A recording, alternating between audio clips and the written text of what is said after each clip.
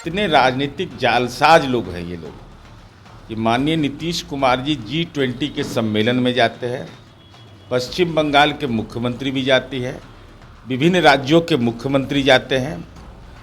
माननीय मुख्यमंत्री जी ने कभी अपने ऑफिशियल ट्विटर पर कोई फोटो नहीं डाला, प्रेस से वो बात नहीं कर पाए।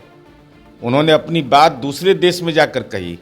ये दुर्भाग्य देश के लिए था कि अमेरिका के राष्ट्रपति को अपनी बात कहने का भी अधिकार, उसके लिए कोई समय निर्धारित इन्होंने नहीं किया। क्लाइमेट लीडर बोला है तो प्रधानमंत्री जी को बुलाना पड़ा, माननीय मुख्यमंत्री जी को, कि भाई यही हैं। भाई अपना तो अपने घर की कवायद तो पूरी हो नहीं पा रही है, तो चाचा लड़िएगा कि भतीजा लड़िएगा। हमको बड़ी चिंता होती है इस बात की कि रामविलास पासवान जी दलित विमर्श के बड़े नेता थे और जिस ढंग से अपमानित कर करके उनका मकान अमित शाह ने खाली करवाया, उसके बाद भी लोग साष्टांग दंडवत हो गए। कम से कम यहाँ तो पत्तल उत्तल हम लोग पहले समेट चुके थे लोग का। बिहार के मुख्यमंत्री नीतीश कुमार क्या फिर से एक बार एनडीए में जाएंगे? हालांकि एनडीए का कुनवा इन दिनों लगातार छोटा होता जा रहा है, लेकिन भारतीय जनता पार्टी कभी मुख्यमंत्री नीतीश कुमार को ये कहती है कि नाक रगड़ ले तो भी गुंजाइश नहीं है। कभी उनके सहयोगी जो पार्टी हैं वो कहते हैं कि वो अगर आते हैं एनडीए में तो उनका स्वागत है। चल क्या रहा है, बात करते हैं जेडीयू से। अच्छा, केंद्रीय मंत्री पशुपति पारस हैं, उन्होंने कहा है कि नीतीश कुमार अगर एनडीए में आते हैं तो उनका स्वागत है। सबसे महत्वपूर्ण विषय है कि नीतीश कुमार जी के नाम पर राजनीति की दुकान जरूर सजती है सबकी। और कितने राजनीतिक जालसाज लोग हैं ये लोग कि माननीय नीतीश कुमार जी G20 के सम्मेलन में जाते हैं, पश्चिम बंगाल के मुख्यमंत्री भी जाती है, विभिन्न राज्यों के मुख्यमंत्री जाते हैं। माननीय मुख्यमंत्री जी ने कभी अपने ऑफिशियल ट्विटर पर कोई फोटो नहीं डाला, लेकिन केंद्र सरकार ने इंस्टाग्राम पर कौन फोटो डाला? देखिए कितना जालसाज है ये सब। माननीय नीतीश कुमार जी वहाँ जाते हैं और अमेरिका के राष्ट्रपति जिनको बोलने की आज़ादी भारत में नहीं दिया गया, प्रेस से वो बात नहीं कर पाए, उन्होंने अपनी बात दूसरे देश में जाकर कही।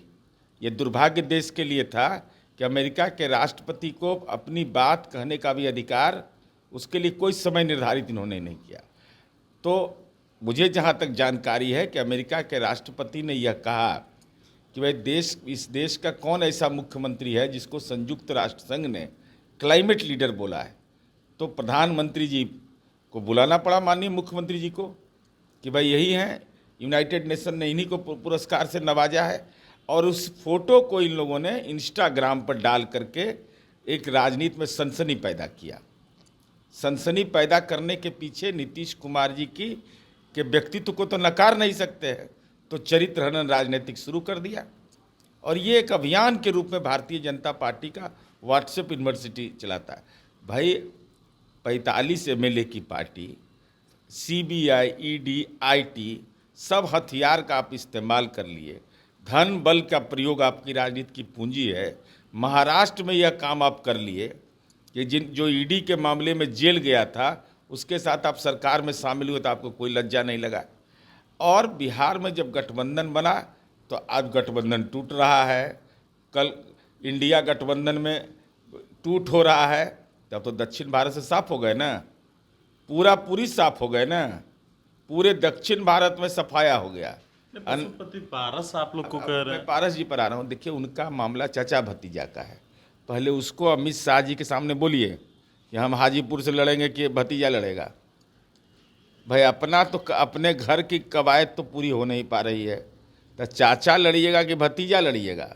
हमको बड़ी चिंता होती है इस बात की कि रामविलास पासवान जी दलित विमर्श के बड़े नेता थे और जिस ढंग से अपमानित कर करके उनका मकान अमित शाह ने खाली करवाया, उसके बाद भी लोग साष्टांग दंडवत हो गए।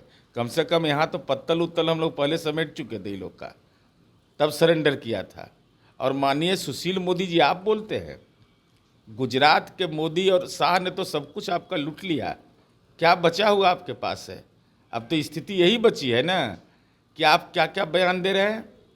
मैं बयान पर टिप्पणी करूंगा तो आप बहुत तीखा आपको लगेगा। आप माननीय नीतीश कुमार जी के बारे में कह रहे हैं कि राज्यपाल बना ली, कौन आदमी है? नाम बताइए उसका, नाम बताइए, सनातनी है कि नहीं, हिंदू है कि नहीं, गोत्र उसका बताइए कौन आदमी है। मुख्यमंत्री नीतीश कुमार जी 17 वर्ष से मुख्यमंत्री हैं, आज़ाद बिहार में किसी को मौका मिला है? और कहिए कि ऑन रिकॉर्ड में बोल रहा हूँ।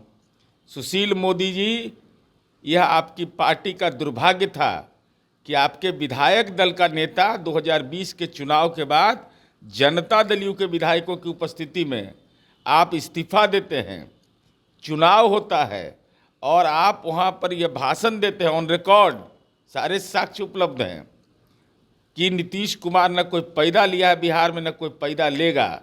आप संचालन कर रहे थे, धन्यवाद ज्ञापन में आपने नारा लगाया कि मन के अंदर पीड़ा थी कि आपको पद से हटा दिया, और आपने नारा लगाया नीतीश कुमार तुम संघर्ष करो, पूरा बिहार तुम्हारे साथ है। ये मैं गवाह हूँ, हमारे जैसा दर्जनों विधायक गवाह होंगे। तो आप सुशील मोदी जी क्या बोल रहे हैं? इसका मतलब है कि आपको एहसास इस बात का हो रहा है कि आपकी पार्टी मांग कर रही है कि दलीय आधार पर नगर निकाय का चुनाव हो, तो ऐसा नहीं कि राज्यसभा के बाद अगला जो नगर निगम का चुनाव हो उसमें आपको वार्ड का चुनाव लड़वा दे। तो बिल्कुल हमारे साथ जेडीयू के मुख्य प्रवक्ता नीरज कुमार थे। सुशील कुमार मोदी पर इन्होंने तीखा तंज कसा है और साथ ही साथ चिराग पासवान और पशुपति पारस को लेकर भी उन्होंने कहा है पहले आपस में समझ ले कि होगा क्या, नीतीश कुमार के बारे में सोचना छोड़ दें। मनीष पुणेशन के साथ नमस्कार।